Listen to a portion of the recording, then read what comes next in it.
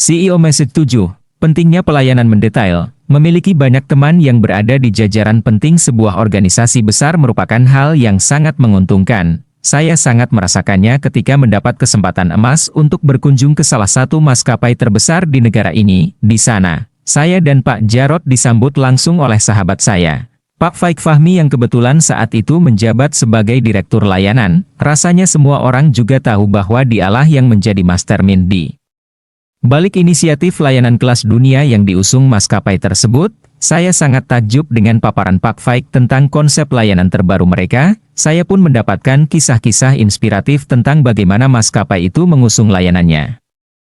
Yang paling menarik tentu layanan untuk kelas pertamanya yang kembali diluncurkan setelah sempat absen selama 18 tahun. Menyimak paparan Pak Faik tentang servis kelas dunia ala maskapai tersebut, entah mengapa dada saya terasa meledak-ledak. Tiba-tiba saja muncul kebanggaan atas karya anak negeri ini.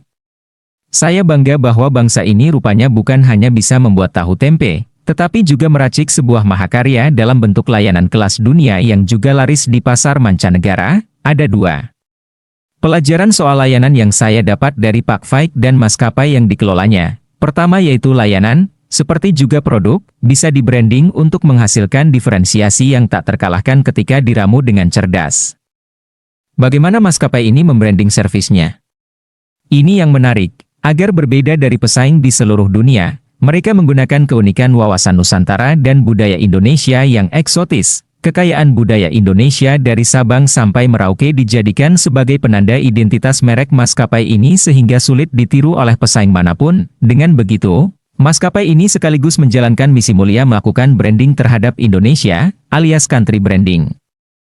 Kemanapun mereka terbang di seluruh penjuru dunia, mereka serta-merta menjalankan misi maha mulia, mengharumkan nama Indonesia. Ini merupakan 2-in-1 yang menurut saya sangat cerdas. Layanan mereka diberi citra sebagai konsep layanan yang sengaja didesain agar para penumpang dapat merasakan budaya Indonesia dengan cara terbaik. Bagaimana caranya? Caranya, mereka menyentuh kelima panca indera penumpang: penglihatan, pendengaran, penciuman, perasa, dan peraba, mulai dari pre-journey, pre-flight, post-flight, hingga post-journey. Gampangnya begini, ketika terbang bersama maskapai ini maka Anda akan disuguhi pengalaman khas Indonesia, contohnya antara lain, sapa dan senyum ikhlas khas Indonesia, kuliner khas Indonesia dari Sabang sampai Merauke, lagu daerah khas Indonesia dengan aransemen Mutakhir ad-DMS, juga tentu para pramugari cantik berbalut kebaya batik kebanggaan Indonesia. Pelajaran kedua yang saya dapat adalah bahwa kunci dari sebuah kesempurnaan layanan, apapun bentuknya, ialah detail.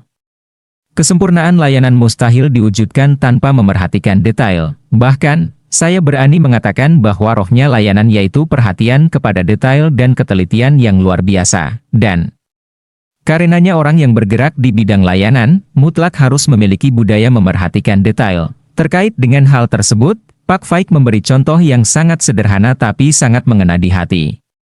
Di kabin first class kami, bunyi sendok saja bisa menjadi masalah besar. Katanya, "Loh, kok bisa?" "Ya, saat perjalanan pesawat tengah malam, misalnya, ketika penumpang sedang terlelap tidur, mereka bisa komplain kalau pramugari menimbulkan suara-suara yang bisa mengganggu ketenangan tidur mereka. Karena itulah, pramugari first class memang dilatih memiliki kepekaan dan kehati-hatian luar biasa agar tak mengeluarkan suara sekecil apapun saat sang penumpang nan super istimewa ini sedang beristirahat." Sontak saja saya jadi teringat pengalaman yang kontras sepekan sebelumnya, saat saya makan di salah satu restoran waralaba lokal yang menurut saya cukup terkenal, tetapi sangat serampangan dalam memberikan layanan. Selama setengah jam makan di sana, saya mendapatkan pengalaman yang buruk, mulai dari wastafel yang joroknya minta ampun, respons pemesanan makanan yang lama, tampilan pelayan yang seadanya, hingga tampang kasir yang masam dan pelit senyum akibat kesibukan yang menghimpit. Mengapa restoran tersebut tidak bisa memberikan standar layanan kelas dunia seperti maskapai ini? Masalahnya sesungguhnya sederhana. Bagi saya yang berlatar belakang psikologi aplikatif, hal ini dapat dianalisis. Pertama, sang pemilik restoran tidak sungguh-sungguh dan tidak memiliki dorongan untuk menciptakan layanan yang sempurna. Dia berpikir, begitu makanan yang disajikan enak, semuanya akan beres. Kedua, dia tidak memerhatikan detail dalam mengantarkan layanannya. Dia masih memiliki pola pikir bahwa layanan bisa dijalankan seadanya. Persepsi ini tentu perlu diubah.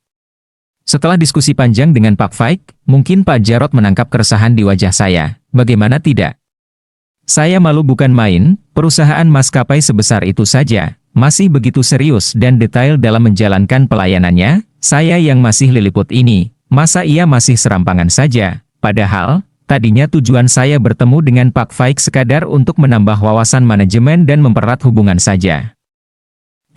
Gak tahunya saya malah kayak orang, dikeramasin. Rasanya langsung bening otak saya tahu bahwa saya harus meniru itu di perusahaan-perusahaan saya. Semoga saja ke depannya, kita semua semakin dapat meningkatkan kesadaran untuk memberi pelayanan yang lebih baik dan senantiasa memerhatikan detail. Sesungguhnya, hal-hal yang kecil akan membawa kesempurnaan, dan kesempurnaan tentu bukanlah hal yang kecil.